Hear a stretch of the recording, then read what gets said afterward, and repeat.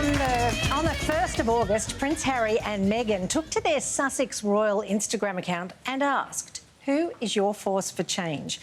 After receiving thousands of nominations, they shared the 15 Instagram accounts they now follow. One of those was Rafiki Mwema, an Aussie charity established to help children who have suffered horrific abuse. Co-founders Sarah and Anne-Marie, as well as Ambassador Peter, all join us now for our Good Human of the Week segment. Welcome to Studio 10, all of you. The Royals chose to follow just 15 causes in August, and Rafiki was one of only 2 Australian charities. How did they become aware of you guys? Well, excuse me, because I'm losing my voice a little bit. They put out the call to to Instagram asking who's the force for change, and I put a call out on our Facebook and Instagram saying, go and tell them about the work we do if you like what we do. One of our ambassadors, Celeste Barber, also put a comment on there. So she got a lot of likes on that comment. It kept it at the top of their feed, and plus thousands of our supporters also commenting on it. They took notice of us. What is it, Anne-Marie? So Rafiki Mwema started when Sarah and I met probably 12 years ago. I was already working out in Kenya, working with guys who lived on the streets like Peter and lots of children in orphanages. I had no idea that to keep a charity running, you needed money. So I had a house for sexually abused girls, but we ran out of funding. So Sarah, who I'd met in Kenya a few years previously, came on board and helped us. So we work with sexually abused kids, boys that live in town, and we therapeutically support them.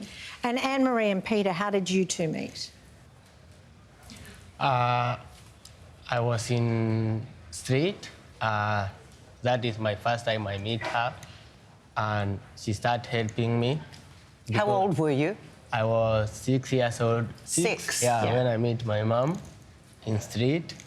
And I was having a problem for my chest, and she really helped me. And then she back in England, and then we lose the connection between me and her. And then maybe after how many years? So during that time, Peter joined our football project. And we supported you with feeding the boys 2 or 3 times a week, having showers and clean clothes. I'd love to say that Peter was this lovely, smiley little boy that you've got in front of you. He was maybe the rudest, most aggressive little toad I've ever met in my life. Wow. What was his story? Paint a picture of what his life was like. So Peter was born into real poverty in the villages outside, about 50 kilometres outside the town we met, in Nakuru. His mum had 4 children in 3 years, and when Peter was 3 years old, his mum and his baby sister died. And he went from living with his mum, which there was violence from his father, to absolute torture from his grandmother. So from 3 to 5 years old, Peter was daily tortured, tortured by the police, tortured by everybody. He was very angry. He learnt not to cry. And at 5 years old, he decided that his life was too dangerous living there. So he walked 58 kilometres on his own to a place called Nakuru, and he lived rough on the streets in absolute violence for the next 7 years. At 5? At 5 years old, when most of our kids are learning to tie their shoelaces. Do you still have vivid memories of being 5 and deciding at 5 that your life was not what you wanted? Yeah, because also when I was still a small boy, I was still a small, but in my mind I was grown up. So I was thinking like adult, and things my grandmother she was doing to me and my brother, because my brother is bigger than me with 2 years. So for me, I was standing at my own. I did not like the thing, how she was doing the things for us. So I decided to run away, and I met a group of boys. They was going to another place, it's called Nakuru in town, and they were supposed to meet in the morning, and I was late. So I find there was a big boy who came and find me there, and he was still going in Nakuru. So I followed him, but I did not expect the journey to be too long, because it was very long way. 58 kilometres walking for a 5-year-old. I can't even get my... With no shoes With and no no clothes and no water and no food. My goodness, you're an extraordinary young man. What sort of projects did you come up with to sort of help people like Peter? OK, just to be really clear, the helping people like Peter, the reason we set up the Boys Project was because of Peter. Fantastic. So when I first met Peter, it was like a thunderbolt, right. and I fell in love with him, and you fell in hate with me.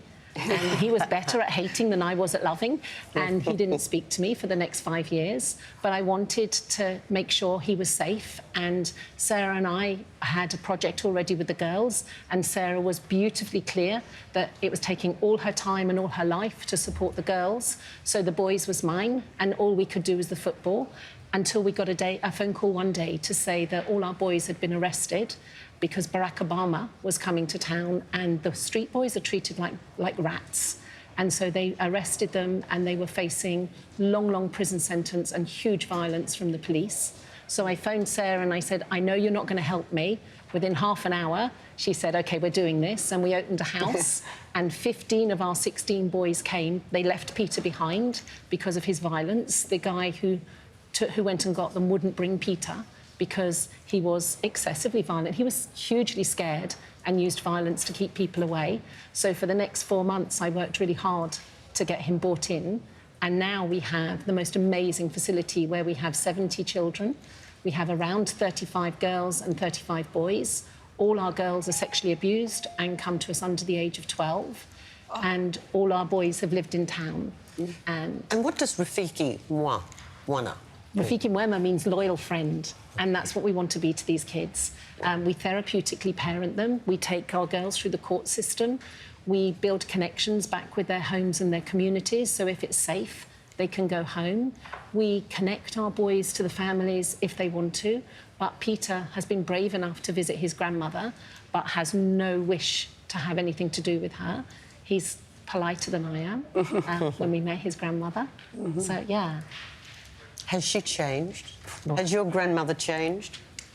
No, because when I back at home, I was with my big brother, and she called when we arrived. When she was leaving, she called all people to tell people her big boy she back home, and she make me like I was not existing. She ignored you, didn't she? Yeah, until the time we was leaving, the time I told her I will maybe rent for her a farm, and then that's where she started talking to me, and that's something really hurt me, and I did not want anything to do with her because she still treat me like how she used to treat me. So when you were a little tiny boy. Yeah.